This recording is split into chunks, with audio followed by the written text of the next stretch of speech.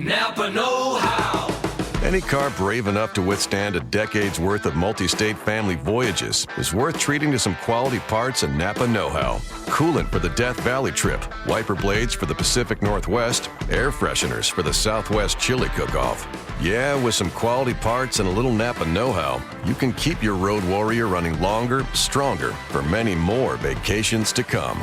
That's Napa know-how. Napa know-how. Sports Professor Rick Horrow, Beyond the Scoreboard, the inside look at the business, marketing, endorsements, legal issues in all sports from the perspective of the fan. And we've got an amazing week. NHL, NBA playoffs going on for some, not going on for people in Chicago and Boston, but going on around the league. The NFL draft never, ever sleeps, and the NFL never sleeps. Not surprisingly, that's a theme of our show today.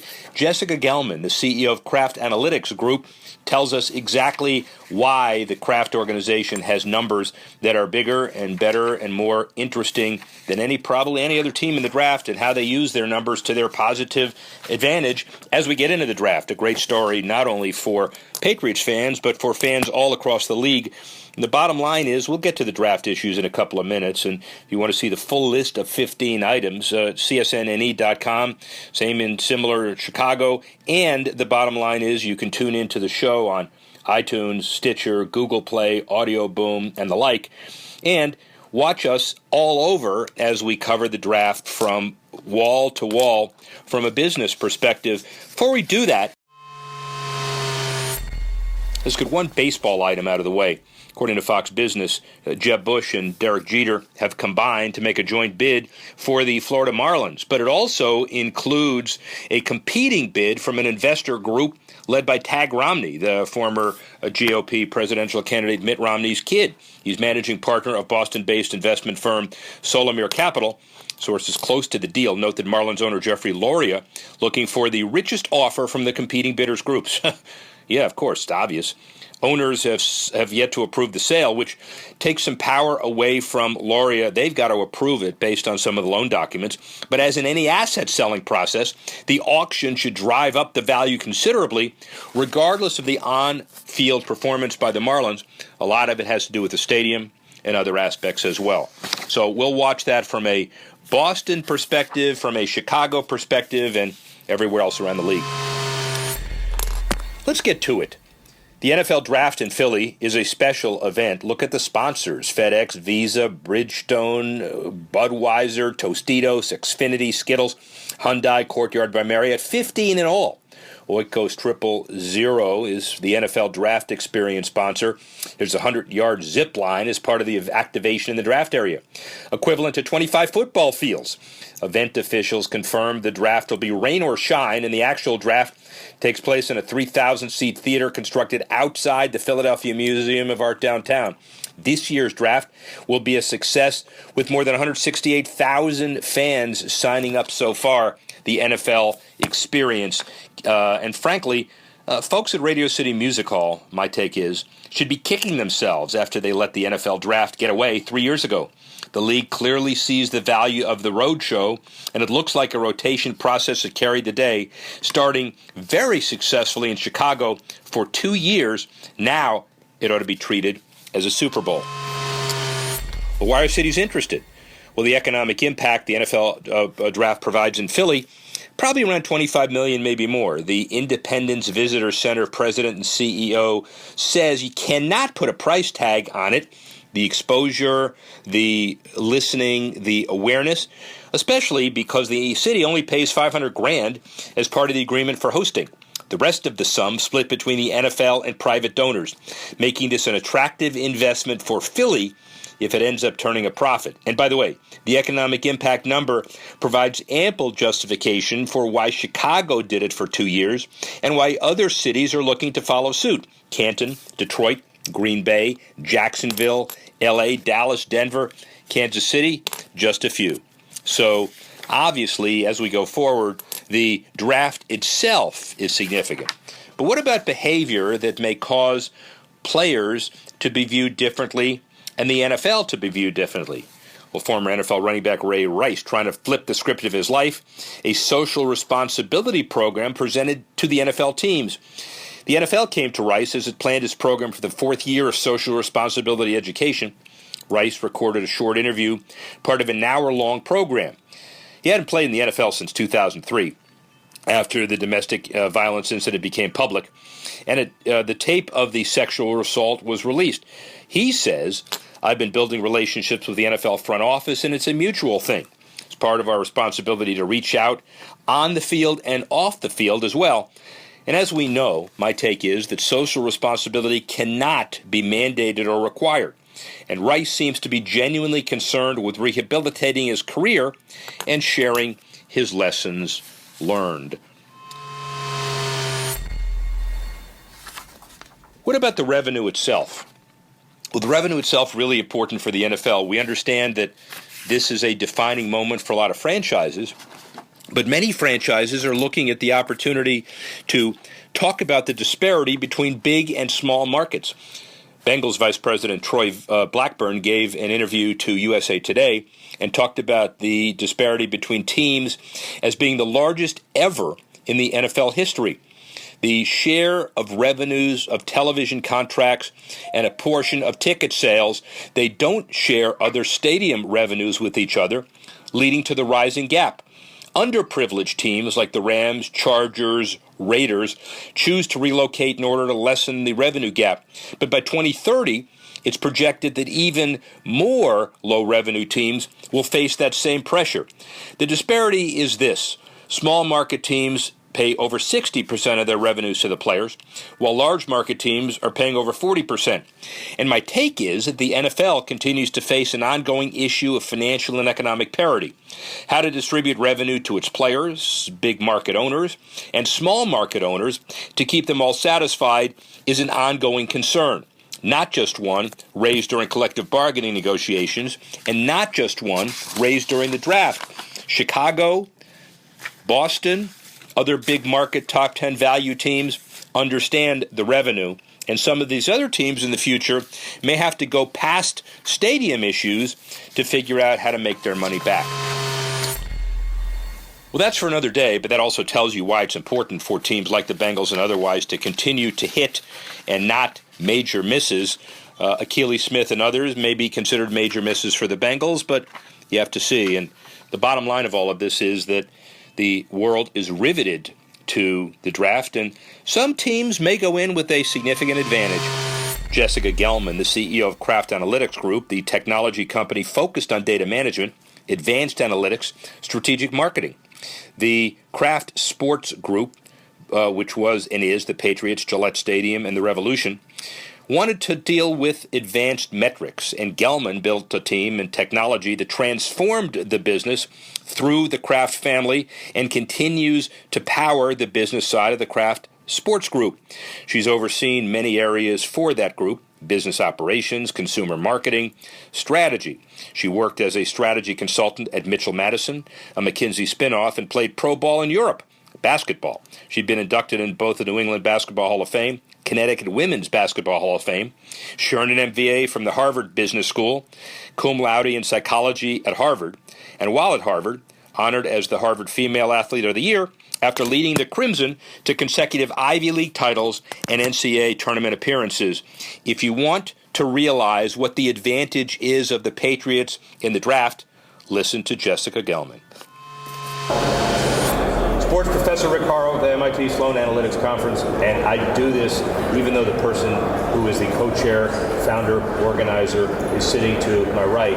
Everybody knows that I do this every interview. The conference is getting bigger, better every year. The cacophony is now, end of the day, happy students, happy vendors, happy sellers, happy sponsors, all reveling in the fact that this conference is bigger and better every year. Jessica Gelman, CEO of Kraft Analytics Group. How's that for an intro? It was great. Yeah, it's been a phenomenal 2 days. It's hard to believe that we're at the end of it. I think what I've heard is the energy this year has been better than ever before, and I think we added a number of new dimensions. The drone exhibition racing. Everybody loves drones. What's not to love? Yeah, right. The chess simul, where we had Susan Polgar competing against 10 people simultaneously. She's a grand chess master. Who we're interviewing. Oh, okay, good. Okay. Esports competition, full day. Accelerator program presented by Reebok.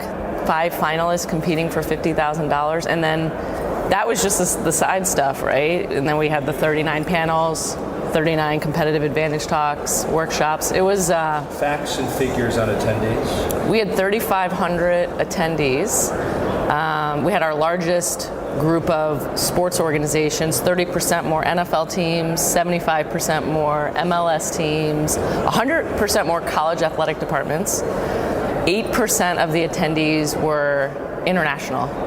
So that also really speaks to the growth of analytics and the interest that we're seeing. So it's great. The other thing is we had a lot more smaller sports that were presenting this year, mixed martial arts, right, volleyball. So that it's becoming ubiquitous. And it's not only the growth of the industry, obviously the leadership, the support, the craft group, all of the effort that you and Daryl have put into this since day one. But it is an interesting global phenomena that, if you look back, what year is this? This is our 11th, yeah. So if you look back 11 years ago and to think that a conference of primarily high-tech, newfangled technology would be this prolific, hard to believe. It's very hard to believe. I mean, so Daryl and I were teaching a class at Sloan, and he got the job to be the GM of the Houston Rockets. And we kind of conceived of this conference over drinks and put it together in 4 months with the students who had been in the class the year before. We had 125 people attending the first conference. We had close to 200 speakers this year. So it's people say, you know, is this what you envisioned it would become? And I would say, no way. It's far exceeded anything that we ever could have imagined. But when you have a lot of really smart, motivated students, and you know, Daryl and I are, you know, progressing in our careers too. Right. It's been really fun to help drive the growth and see the reaction to it. A lot of thought leadership conferences are euphemisms for getting people together and having drinks. This is really the definitive poster child for thought leadership, especially in an evolving and converging, an evolving and emerging area. The business is obviously evolving, and the interest of this is in different contexts as well. And so when you think about it, a lot of vendors, a lot of sponsors, a lot of students, and a lot of people want different things here. What's the kind of one common thread that brings everybody together? I mean, it's analytics. And people actually said to me this year, you brought so many new dimensions to what the conference was offering, and do you think you should rename it? And the answer is no, because the underlying kind of subject is analytics. And even like when we're looking at esports, for example, I met with ESPN very early in the year, and we were just talking about what's new, where do we really need to focus on. And Daryl's been a longtime supporter and promoter of esports. We had our first one 6 years ago, first panel. And you know, the ESPN folks said, this is an industry that's very early on in the analytics, and they're doing the type of work that was happening in baseball with sabermetrics, you know, 20, 25 years ago. So that's what's really fun and interesting. And the other thing, in the early days, a lot of the panels were, is analytics going to ever catch on? Yeah. And it's just, I mean, that's not the discussion now. We're really getting into the nitty-gritty of what we're talking about. And I think, you know, we spun out the Craft Analytics Group last May, you know, on the business side, and we'd been doing a lot of work within the Craft Group over the past 15 years, and give the Crafts a lot of credit for investing early while the team was very good and has continued to be very good. And we were getting a lot of questions about how we were doing it. And so I think Robert and Jonathan's been speaking at the conference since the second year, right. And Robert came last year and he came again this year, and you know, they're just great supporters and have had great business success. And I think, you know, quite a statement that you know, this is a business that we're in now too. Right. Is there an understanding that the Craft Analytics Group has product that is effectively proprietary to service the craft competitive advantage?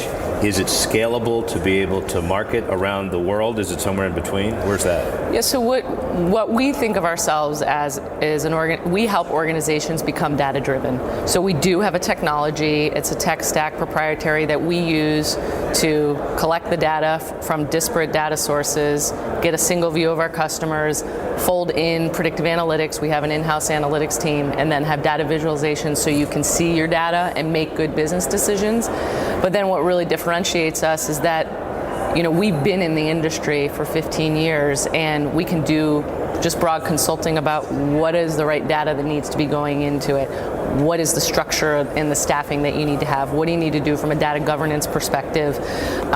So I think that is very, very unique, and we've been getting, we already have 5 clients, and we're 7 months in, and we're having a lot of fun. It's been great, and I'm really enjoying it.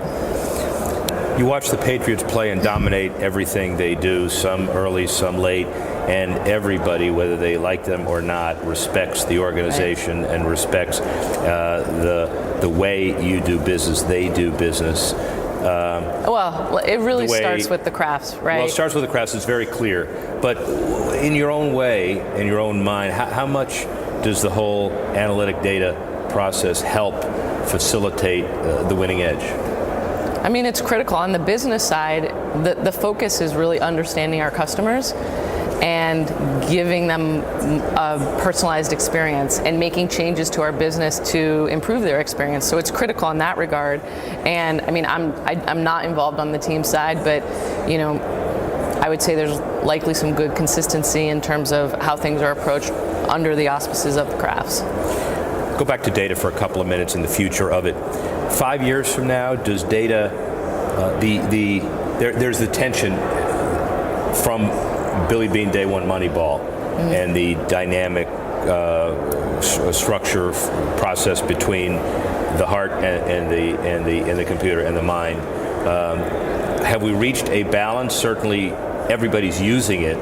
Does data dominate now? Do we need to swing back the other way? 5 years from now, where do both pieces fit? I mean, listen, the brain is the most analytical tool that we have. I think what analytics can do is it can help put some of that gut instinct, give you the data to support it. So, those scouts who have those gut instincts, there's often good credibility in them, but I think also looking at information in a different view from a different lens is really informative. So it's never going to be just look at the data, because then you're going to be missing some of the big pictures. A lot of what we talk about is how you need to be able to have information from multiple sources to actually make true decisions. Yeah. So you're obviously happy with the progress of this conference. I'm thrilled. Well, let me just tell you, the students are, just one of the best parts. Obviously, working with Daryl and the excuse to work with Daryl is wonderful. But we've hired, with the Craft Analytics Group, we've hired a number of folks from MIT Sloan, as well as people who've attended the conference, going through the resume book. But the other thing that's amazing is how many of the former student leads are now in the sports industry. So there's a great, this great legacy that I'm very proud of.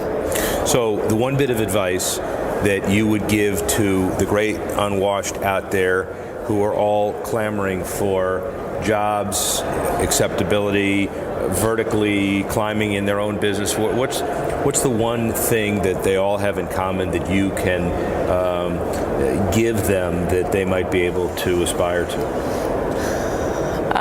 I think I would say, people try to fit, square pegs into round holes.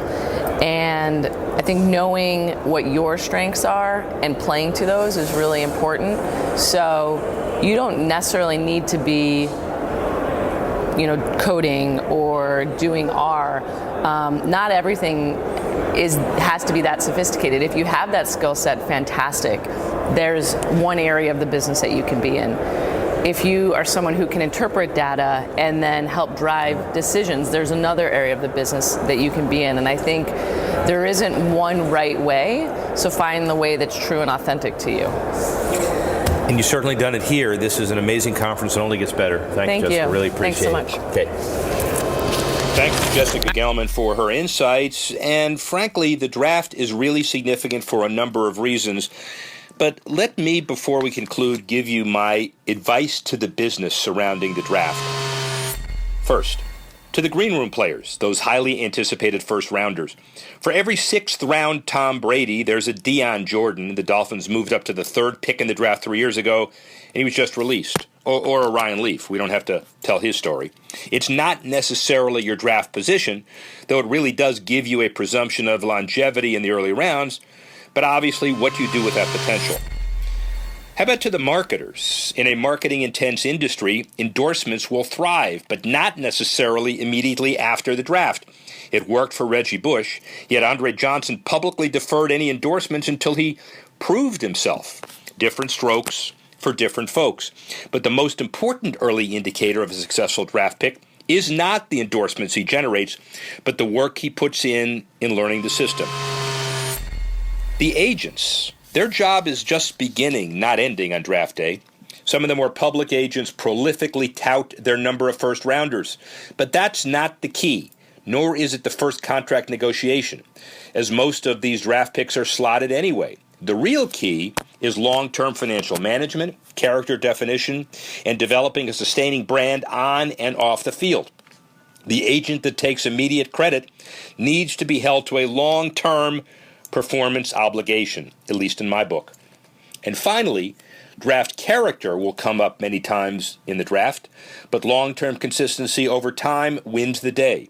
Jeremy Tunsil dropped significantly in the draft last year, but he's off to an issue-free start with the Dolphins. Other character draftees have had chronic problems.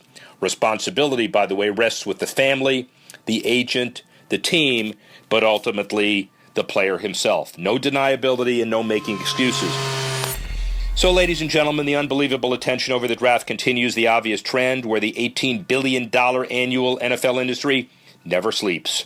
Draft ratings continue to be off the charts. Digital platforms abound. Global draft content intensifies. And the draft roadshow circus heads either to Philly next year or Kansas City, Green Bay, Jacksonville, L.A., Denver, Detroit, or other interested cities. Chicago remembers how significant it was. And again, that Radio City Music Hall negotiator who tinkered with the last NFL deal in New York and let their roadshow go to Chicago probably wishes he could have done it all over again. The draft is forever added to the Pro Bowl and Super Bowl as a host of rotating NFL assets.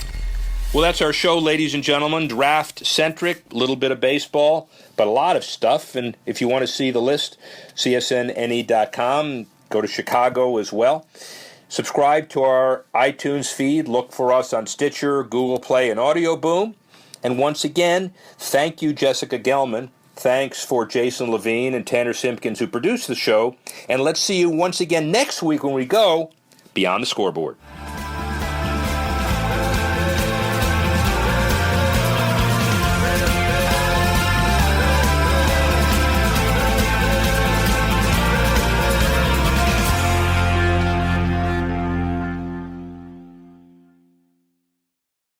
Ace is the place with the helpful hardware, folks. Don't miss the annual Outdoor Power Sale at Ace, our biggest outdoor power sale of the season. Save big on mowers, blowers, trimmers, chainsaws, and more from the best brands like Craftsman and Toro, all under one roof. And as always, the help is free. Hurry into your local Ace now for huge savings during our biggest outdoor power sale of the year. Offers valid on select products through April 17th at participating stores. Includes instant savings offers for Ace Rewards members. See store for details.